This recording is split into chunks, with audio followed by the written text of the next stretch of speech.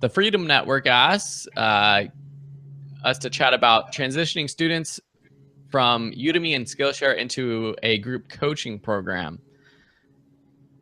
I can talk a little bit about, we have the rules about how you can get someone from Udemy into your sort of website or into your own atmosphere. There, you have the bonus lecture.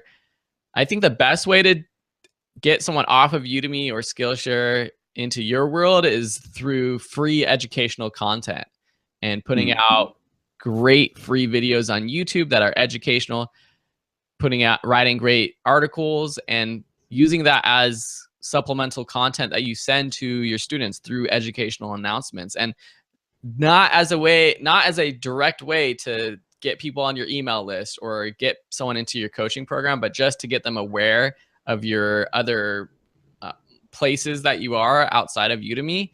Because at the end of the day, people are going to join your coaching program if they are your fan, if they love you, if they love not just because they took a Udemy course of yours. I think there might be very few people who like take a Udemy course and are like, oh, well, I wish this guy had a coaching program. I think it's the people that find you on Udemy perhaps, and then they realize that you have this great website with all this cool content. You're doing social media. They follow you on social media.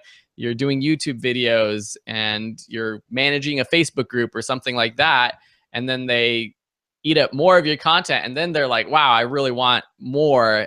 How can I take it to the next level? So for me, it's about transitioning people to being my fan outside of Udemy through just like great free content first. Yeah, I agree. I think and think of it, you have to think of it in more of a long-term angle than short-term. Because if you're doing that, if you're doing what Phil just said, you're sending people to your blog, and on the blog, maybe there's a little opt-in on the side, or you're sending people to YouTube. Again, all this has to be purely educational content, right? Can't be promotional in any way. But you're sending people to your YouTube channel and they're subscribing there. Over time, they get to know you, they get to like you, they get to trust you, so that when you do put out a coaching program, they're primed for you.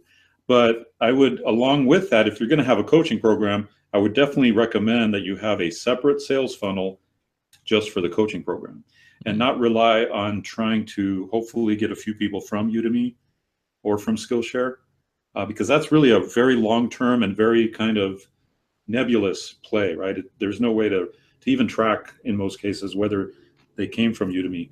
But if you set up a dedicated sales funnel for your coaching program, again, that you're not going to promote to Udemy or Skillshare, you're going to promote this outside of that, then you're going to have a lot more trackable results, and you're going to have faster results because it'll be dedicated to that process. So I would do both, though. I mean, it doesn't hurt to do both, right? Yeah. And I think sometimes it's just having it as an option on your website. I mean, Thomas George just asked about for me and my training on online courses, what the best option is, having a paid one-on-one call or joining my premium course now that I have. And I don't have that option as just like on my website, hey, if you want to do coaching with me, here's my hourly rate, just because I haven't set it up yet. I have the premium course, which includes some Skype time, but sometimes it's just making sure you have that as an option, because you never know if someone's going to come to your site and want to talk with you. To answer Thomas's question, I think I have done some just one-on-one coaching in the past. I can do that for people, but I do like bundling it with the program, just because I feel like there's a lot of other great resources there, and it kind of walks you through the process yourself.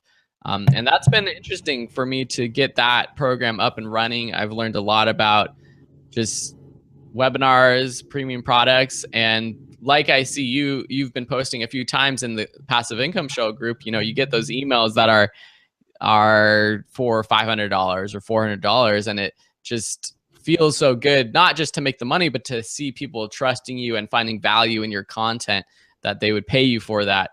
Not that the Udemy sales aren't great anymore. I love all of them, but it takes way more of those to get, you know, that same value from people, and even to give it that amount of value too. Yeah, I agree.